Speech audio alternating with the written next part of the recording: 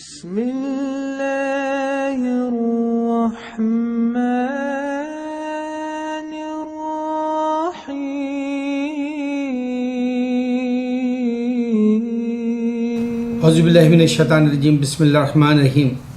इब्तिदा में इस पिक्चर से बताऊंगा, किसी ने सऊदी गवर्नमेंट को सू करना चाहता है अमेरिका के अंदर।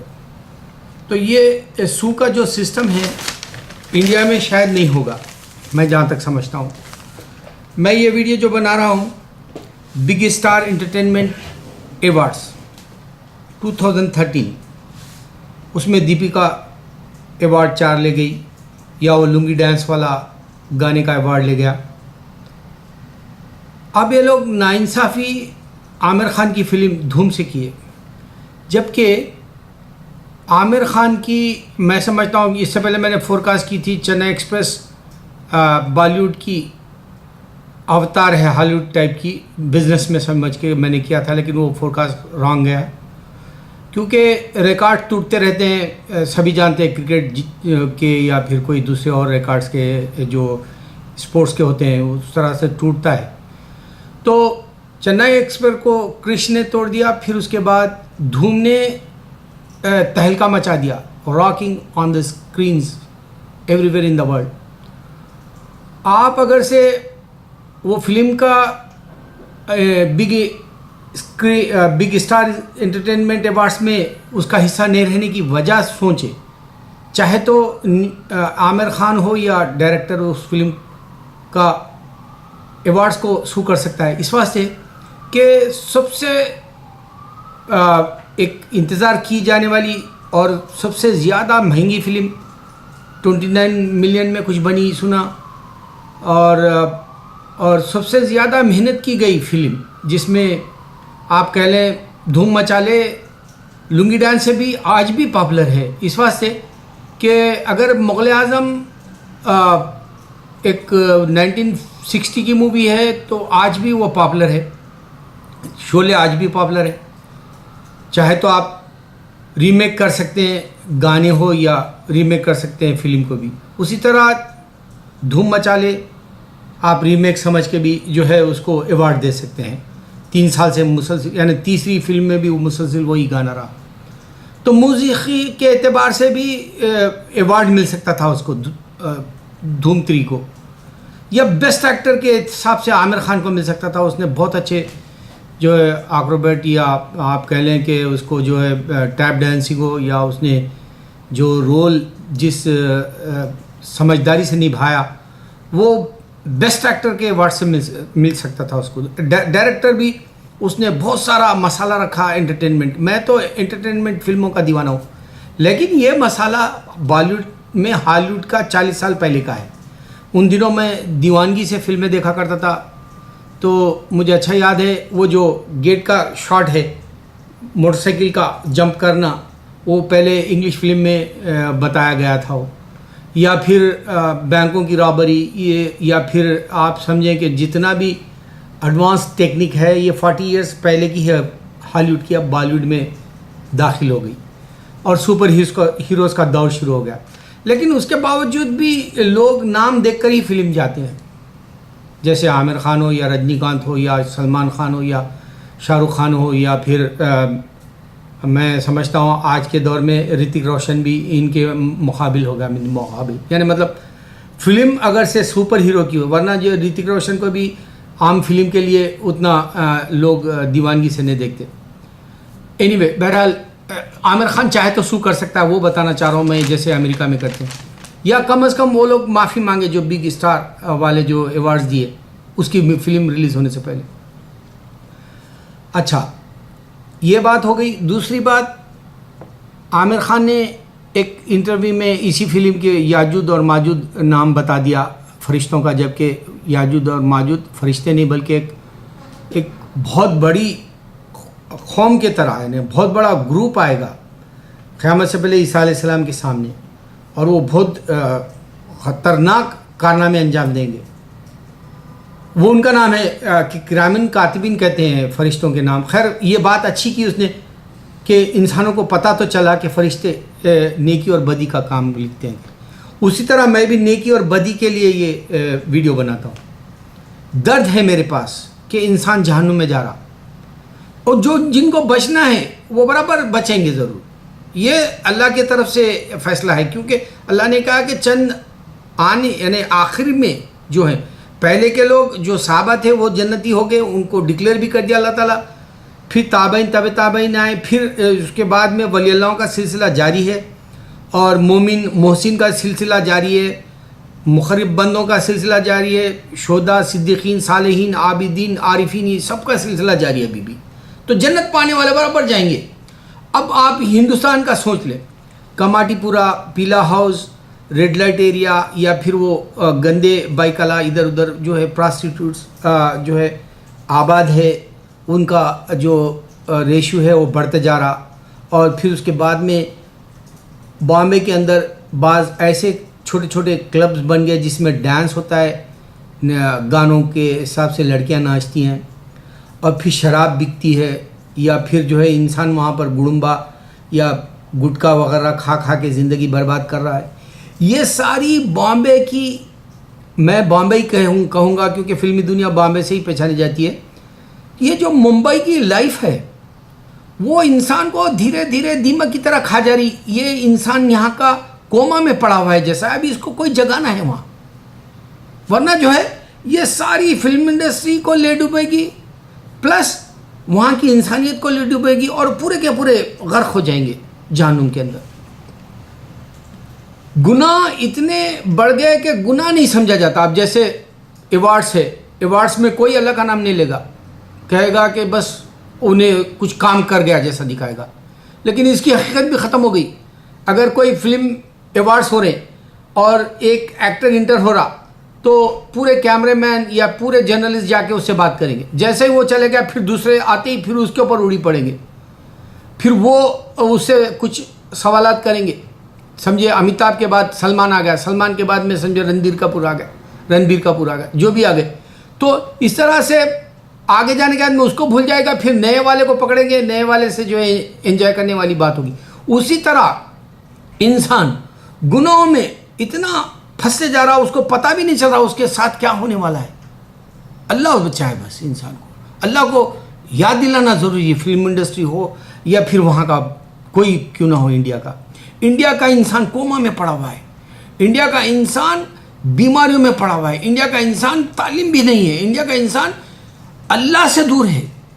तो ऐसे वक्त में आदमी निकले कोई सुपरमैन की तरह, सुपर हीरो की तरह, और बचाए वहाँ के करप्शन को, बचाए वहाँ के बुरी ग़ीबत या किसी का दिल तोड़ देना या किसी को जो है हमला कर देना या किसी को रेप कर देना बिना जिना बिल जबर कर देना। इस तो ये हकीकत है इंसान की ज़िंदगी में, बुराई बचाए कोई, वरना जो है आमिर खान जैसे लोग सत्य में विजय थे जैसे काम को बढ़ा दे। अब आप ये देखें, यहाँ एक फ़िल्म बन रही है, लोगों ने डर के 911 यानी यहाँ पर पुलिस का जो है कॉल करने का नंबर है, वहाँ कॉल करना शुरू कर दिया कि यहाँ गोलियाँ चल रही हैं। ये फिल्म है, यहाँ हॉलीवुड की फिल्म बन रही है, यहाँ ऐसे इस तरह बनती है, यहाँ कोई आके देखता भी नहीं। ये एक बात हो गई। तो ये हकीकत है, इंसान डरता है, इंसान को ज़िंदा रहने के लिए बहुत हथकंडे आजमाता है। लेकिन बदकिस्मती है, मैं जिस बिल्डिंग में रहता हूँ, मेरे बिल्डिंग के पास में, शायद आज पेपरों में आ भी गया होगा, कल की बात है, कल शाम के वक्त एक आदमी, टॉल बिल्डिंग है 50 फ्लोर से भी ज़्यादा की, उसके ऊपर से गिर के मर गया, कूद छलांग मारा, कूद के गिर गया, मर गया नहीं मालूम, लेकिन वहाँ पूरे कैमरामैन थे और मैं वो न्यूज़ बाद में सुना भी नहीं, लेकिन गिरा। इससे मालूम हो रहा है कि अमेरिका की लाइफ भी है तो इंसान के पास 1000 वरीज है, हज़ारों परेशानियाँ हैं। इससे निकलने के लिए एक फरार ये आदमी करता है खुदकशी कर ले, ये सारी का हल ये समझता है खुदकशी कर ले, लेकिन मुसलमान ना करे। मुसलमान अगर से खुदकशी करता है तो डायरेक्ट जहन्नुम में डाल देगा अल्लाह ताला। मुसलमान जिंदा रह के ईमान पे मर गया तो बराबर दुआओं से अल्लाह के चाहने वाले, कोई हाफिज़ कुरान बचा सकता है, कोई नबी बचा सकता है उसको, कोई वली बचा सकता है, यानी अल्लाह के वादे वाले हैं कुरान के अंदर, अल्लाह ताला बता रहे तो बचे। अब आपको मैं बताऊं, न्यूयॉर्क के अंदर एक ऐसी गंदी ज़िंदगी भी है जो हमारे वाले बड़े बड़े ओहदों पर है, बड़ा पैसा कमाते हैं, और इसने जो है इंडिया से काम करने वाली को लाए और उसको पैसे वेजेस जो यहाँ पर है आजकल यहाँ तो मैं समझता हूँ $7.5 है, पहले $5 था पर आवर। तो अगर से वो नहीं देते हैं तो इलीगल है। तो इस तरह से ये केस पहली बार नहीं हुआ है इंडियंस का। इंडियन अपने गुलाम की तरह रखते हैं, जबकि वो गुलामी का दौर ख़त्म हो गया। हमारे नबी सल्लल्लाहु अलैहि वसल्लम के दौर में ख़त्म कर दिया। हज़रत बिलाल रज़ियल्लाहु अन्हु को छुड़ा के, ये सबसे बड़ी मिसाल बता रहा हूँ। तो ये ईमान नहीं है हिंदू के पास। हिंदू के पास ईमान नहीं रहता, इस वास्ते कि वो शैतान है। उन्हें सिर्फ इंडिया के हद तक की जो गार्ड रख लिए, वो गार्ड्स बाहर आके नहीं बोले कि तुम भी जो है हिंदू हो जाओ, चाहे वो गोरे को हो या अरब के इंसान को, या फिर चाहे वो जो है यूरोप के या रशिया के इंसान को या चाइना के इंसान को, या फिर जो है किसी और कंट्रीज में जाके देख लो। चाइना में था, वो भी ख़त्म हो गया। यानी लोगों को समझ में आ गया ये पत्थर है, ये इसमें खुदा की कोई बात नहीं है, इसमें कोई निशानी नहीं है, तो शैतान है हिंदू। यहाँ कितने की हिस्से हुए इस तरह के लोगों को अपने काम पे रख के ग़ुलामी कराना और उनको वेजेस यानी उजरत नहीं देना, उनकी जो असल कीमत है, जो असल गवर्नमेंट ने लगाई, वो नहीं देते। ये हो गया। फिर दूसरा, होटलों में चले जाएं, मोटलों में चले जाएं, वहाँ पे भी ज़्यादती होती है। वहाँ पे भी बाज़ ऐसे रेस्टोरेंट्स भी होते हैं अपने देसी खानों में, वहाँ सही खाना फ्रेश नहीं देते, कोई मिलावट का 2-3 दिन का भी मिला के देंगे, इस तरह से मिलेंगे। टैक्सी के अंदर बेईमानी करने की कोशिश करेंगे। पेट्रोल जहाँ पर गैस स्टेशन है वहाँ पे भी जाओ आप, वहाँ भी बेईमानी की। कैंडी स्टोर में जाएंगे, वहाँ भी बेईमानी करना चाहेंगे। हमारे अपने वाले जो है अब करप्शन के अंदर अच्छे अच्छे ओहदों पे भी अमेरिका के अंदर आ गए, और अमेरिका की जो सियासत है वो गर्क हो जाएगी। ये करप्शन के ख्यालात के लोग हैं इंडिया से जो आते हैं। मैं भी इंडियन हूँ, मगर ईमान की बात के लिए मैं बता रहा हूँ। मैं वो बात बता रहा हूँ जिससे मेरा कुछ फ़ायदा नहीं होगा, मेरा कोई फ़ायदा नहीं है इससे। सोचे इंसान, मगर मैं क्यों शैतान बता रहा हूँ इनको, हिंदू को या क्रिश्चियन को या कोई और मज़हब को? क्योंकि पूरी दुनिया में देख ले, छोटे छोटे ये जो आइलैंड्स होते उसी तरह के मज़हब है हर जगह, अलग अलग छोटे छोटे। इंडिया में हिंदुज़म छोटा आइलैंड हो गया है, यूरोप के अंदर क्रिश्चियनिटी छोटा आइलैंड हो गया है, इजराइल के अंदर जूइशिज़म छोटा आइलैंड हो गया है, अगर आप आ जा रहे ईरान की तरफ ज़ोरास्ट्रियन से छोटा आइलैंड हो गया है। तो इस तरह से छोटे जजीरे है। ये अल्लाह नहीं होता, ये गॉड का नहीं होता रिलीजन, ये इंसान बना लिया। सो इस वजह से पूरी दुनिया में नहीं फैल सका। अब जैसा मैं ये वीडियो बात कर रहा हूँ, कल मैंने एक वीडियो बनाया, मेरे ख्याल से थोड़ी देर के अंदर 300 लोग देख लिए, 2-3 घंटे के अंदर। और फिर उसके बाद में पता नहीं वो रुक क्यों जाते हैं मेरे वीडियोस, बाज़ वीडियो को स्टक किए जैसा हो जाते हैं मेरे यूट्यूब, पता नहीं क्या गड़बड़ हो जाती है, मगर बाज़ चल रहे हैं, मैं वो भी देखता हूँ। अब कल की बात है, 27,000 से ज़्यादा देख लिए एक मेरा वीडियो, दूसरा 10,000 हो गया, तीसरा 10,000 की तरफ जा रहा है। तो इस तरह से पता चल जाता है कि वो भी चल रहे हैं, मगर ये स्टक हो जाते हैं क्यों? ये मेरे लिए एक हैरत अंगेज़ बात है, इसमें क्या राज है नहीं मान। बहरहाल खैर, बात पे बात आई तो बताया कि दुनिया के अंदर मैं अगर बात कर रहा हूँ तो पूरी दुनिया में फैल जा रही है। 180 ममालिक में अगर कोई खुदा होता राम तो पूरी दुनिया में फैलाता। ये चैलेंज दे रहा हूँ मैं हिंदू। अगर ईसा अलैहिस्सलाम पैगंबर से ज़्यादा होते, आज पूरी दुनिया में क्रिश्चियनिटी होती। अगर से जो है बुद्धा अगर से कुछ अपना वजूद रखता तो बुद्धिज़्म पूरी दुनिया में। तो ये सब झूठ है। इस वास्ते मैं ये वीडियो बनाता हूँ। मेरे मुसलमानों समझो, मैं तुमको इबरत की बात एक बताऊँ।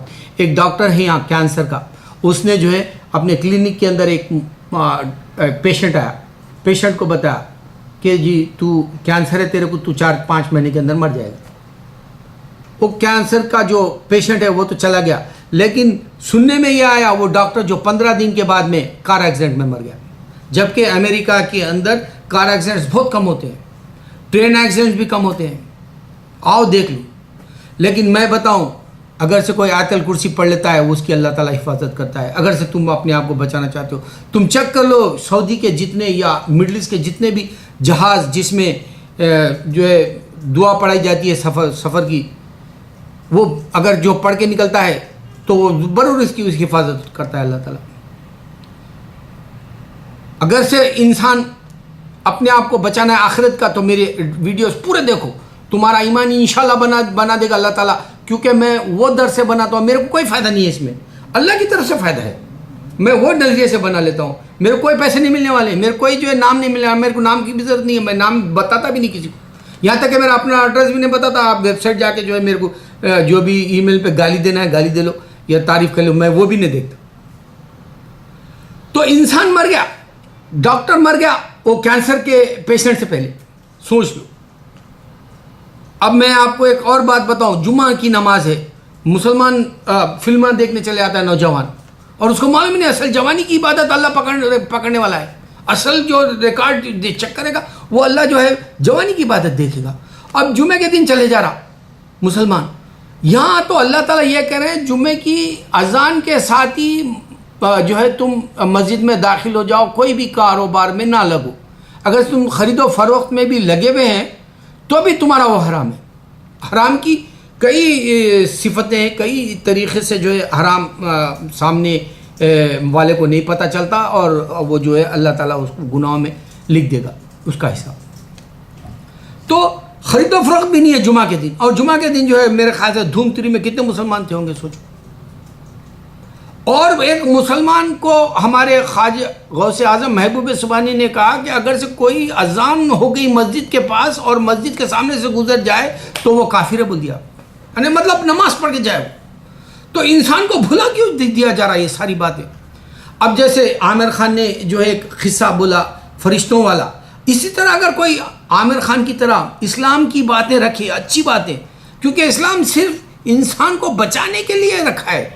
अगर से तुमको शराब नहीं पीना तो तुम बचोगे, तुम गुटखा नहीं खाना है तुम बचोगे, तुम जो है शादी के बगैर हरामकारी करोगे तुम बचोगे, क्योंकि शादी से पहले की हरामकारी जो अगर बॉम्बे में करोगे तो कितने HIV वायरस वाले होंगे तुम्हें पता नहीं, अमेरिका के अंदर हज़ारों मिल जाएंगे। इस वास्ते लोग जो है आजकल डेट करने से पहले मेडिकल रिपोर्ट्स भी चेक कर रहे हैं, इतना फास्ट हो गया यानी गुमान इंसान का।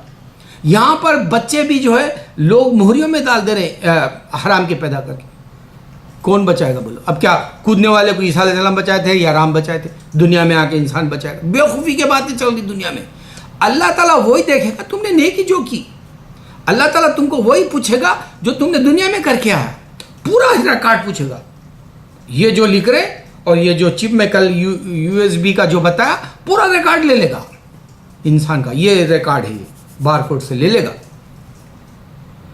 अब मैं वो बात बताया तुम लोगों को कि देखो इंडियन यहाँ बेईमानी कर रहा, इंडिया में बेईमानी कर रहा, लेकिन इनमें नुकसान किसका हो रहा, मुसलमान इबादत नहीं कर सक रहा। कुरान में अल्लाह ताला ये बता रहा तुम्हारे इर्द गिर्द काफिर रहने की वजह से तुम इबादत नहीं करे। काफिर बोले तभी नहीं समझ में आ रहा, ना क्रिश्चियन को ना हिंदू को। अगर उनका काफिर बोले से होते को फौरन उनका खुदा सामने आके बोला नहीं ये काफिर नहीं बोला था, जहन्नुम में डाल दूंगा बोले तो नहीं ये अल्लाह नहीं डाल सकता बोल के आके बताना था।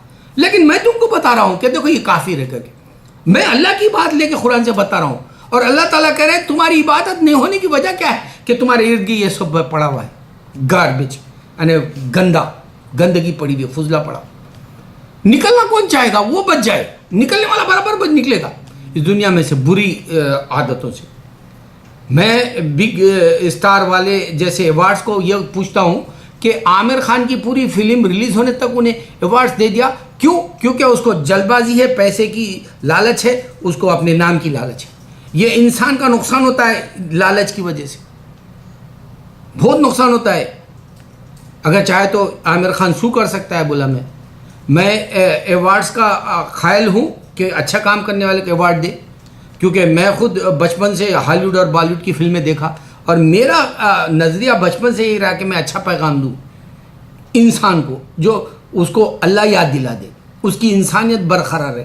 वरना जो है शैतान तुमको गुनाह कराए बगैर छोड़ेगा नहीं दुनिया में। तुम फिल्म जाते हो, तुम वहाँ कभी ये नहीं बाहर निकल के आके अल्लाह का नाम लोगे, अल्लाह का शुक्र है मैंने बहुत अच्छा एंटरटेनमेंट नहीं बोलोगे, बस ये बोलोगे ज़बरदस्त फिल्म देख के आया, यानी शैतान तुमको गुमराह कर दिया, 2 घंटे वहाँ बिठाया, फिर बाद में जो है तुम शैतान की तारीफ करने के लिए आके तुम्हारा अपना रिकॉर्ड दी थी। फिल्म देख के आके ज़बरदस्त फिल्म देखी, ज़बरदस्त अवार्ड ने लिया, ज़बरदस्त जो है फिल्म बना के हिमाकत कर लिया, सब बर्बाद, तारीफ मिल रही है। अब आपने ऋतिक रोशन बीवी को छोड़ दिया, हीरो है उन्हें, या आमिर खान बीवी को छोड़ दिया था वो हीरो है, या सलमान खान शादी नहीं करा वो हीरो है। ये सब इंसान को बर्बाद करने वाली जिंदगी चल रही है और इसको जो है